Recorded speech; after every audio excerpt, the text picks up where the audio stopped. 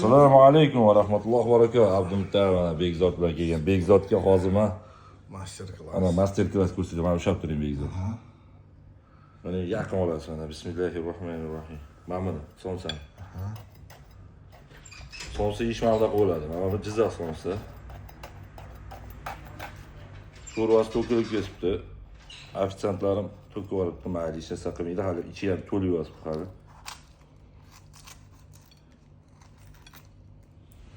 Voy maşallah. Olasiz. Bekzod yeyishni qaysi o'rgataman sizga qarang. Achchiqqa yaxshiman dedingiz-a? Da. Bu somsani birinchi degustatsiyasi mana shu. Tapga ko'ra ozgina, ko'p emas. Bu ham ishtaha ochadi.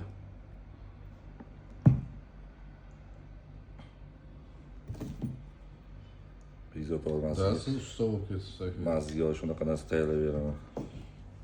5 ketasiz. Mana buni qarang Bekzod, mana bu. Xuddi mana o'zi bo'lib ketadi bu. Qarab turing hozir.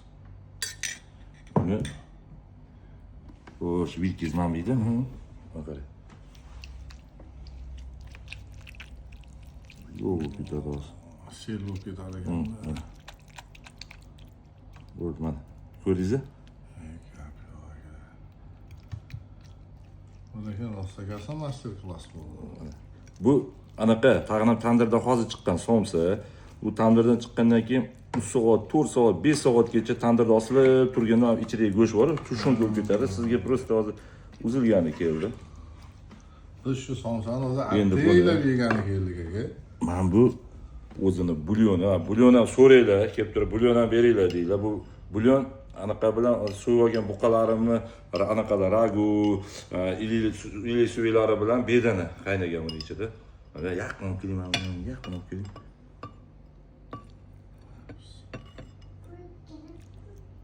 Bu yerda bilasizmi? Bir kosa go'sht.